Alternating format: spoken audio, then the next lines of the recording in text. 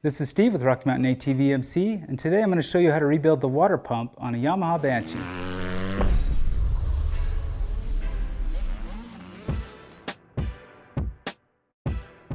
The cooling system on your machine is an important part of your engine's performance and should be inspected often.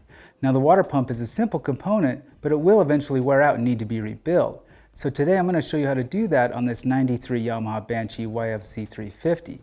Now, the procedures that I'm going to show you will work on all Yamaha Banshees ranging from 1987 to 2006, but you will need to check your OEM service manual to be sure. To do this job, you'll need some basic hand tools, a torque wrench, our tusk bearing puller, along with an oil pan, gloves, safety glasses, and rags, and a copy of your OEM service manual for more information, proper procedures, and specs. You will also need a water pump repair kit. We are using the one from Tusk, which you can get on our website. The first thing we need to do is drain the transmission oil and coolant from our machine. To do that, we'll pull the transmission drain bolt and let it drain. Now let's install the drain plug and torque it to 14 foot-pounds. Then we'll remove the front radiator cowling and remove the radiator cap.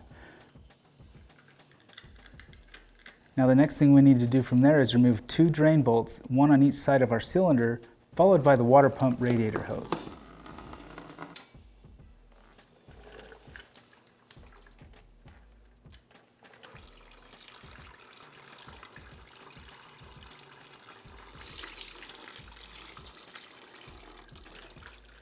Now let's remove the vent hose, kickstart lever, brake pedal, and foot peg.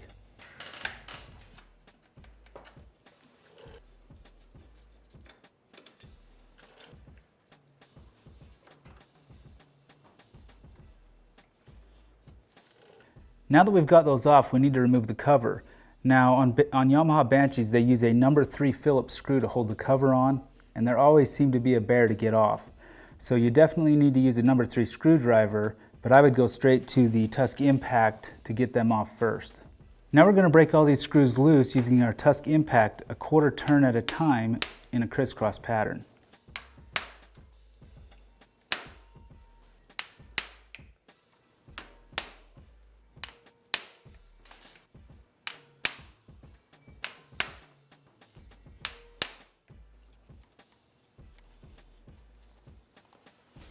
Now we can remove the cover.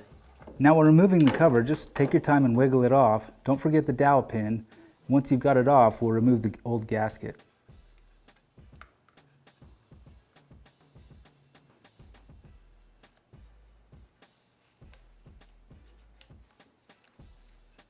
Now that we have the cover, the dowel pin, and the gasket removed, there's one last thing. Now this is a coolant line that runs up to the cylinder head, and it has an O-ring on it. Now you can reuse O-rings, but it's always safer and they're inexpensive to just go ahead and replace it. So we're going to remove the one on this one and go ahead and replace it. Now that we've removed the clutch cover, dowel pin, and gasket, we need to remove this outer cover. The next thing we need to do is remove the water pump cover. Now on the back side of this you have the water pump shaft, and if you need to use an impact to get these off, you'll definitely want to use a block of wood or something to prop that up on so that you don't damage the shaft. Make sure to do these in a crisscross pattern as well.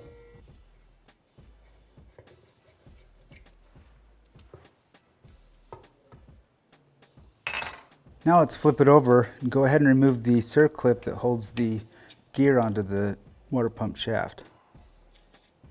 Next, remove the gear and the gear pin. Now we can simply just slide the shaft out through the bearing and the seal.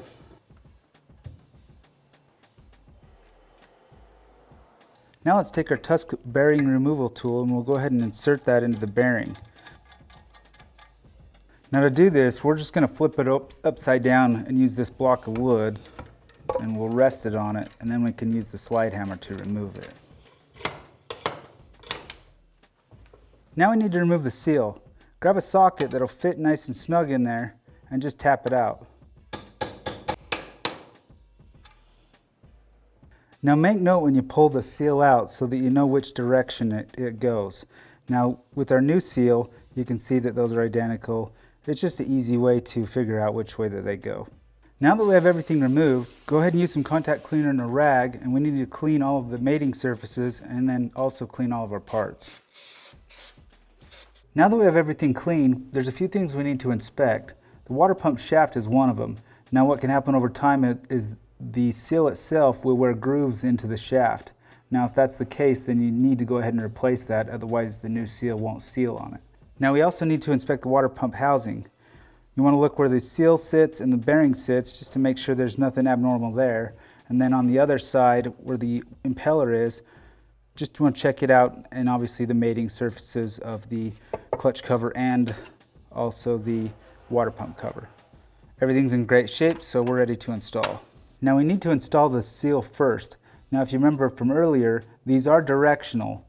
So in this case, this side of the seal needs to go to the water pump side, and then this side will be on the oil side.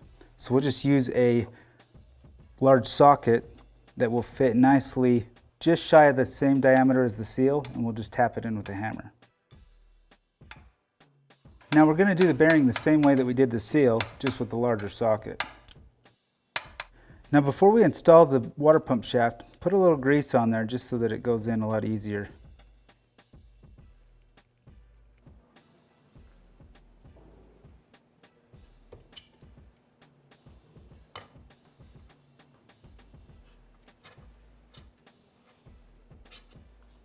Now we need to install the gear pin and the gear. Now there's little grooves on the back of the gear, so make sure that they line up with the gear pin. Then the washer and circlip.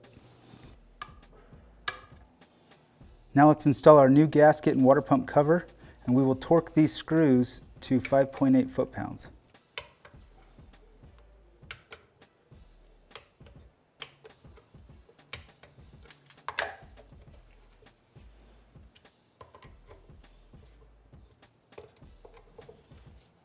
Now we're ready to install the clutch cover. First, let's take some contact cleaner and a rag and just clean off this mating surface where the gasket goes. Now let's install our dowel pin and our gasket. Next, we'll install the cover.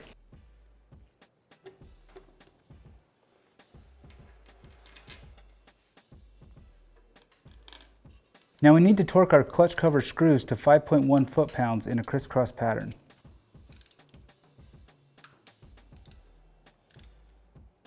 Next, let's install the breather and coolant hose and kickstart lever. That bolt we need to torque to 18 foot-pounds. Next, we'll reinstall the brake pedal and the foot peg.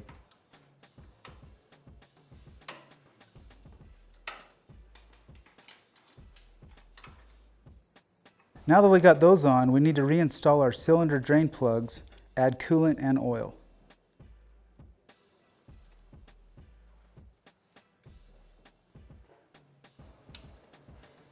Now don't forget to top off your overflow coolant bottle.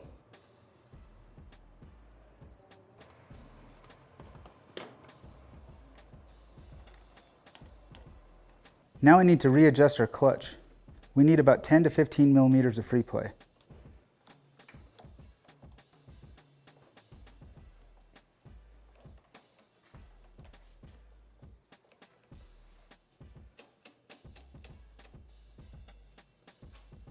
Now the last thing we need to do is just fire it up and test it out. And that's all there is to it. Come check us out at RockyMountainATVMC.com for more parts, apparel, and accessories. And remember, all orders over $75 ship for free. And make sure to subscribe to our YouTube channel. This is Steve. We'll catch you next time.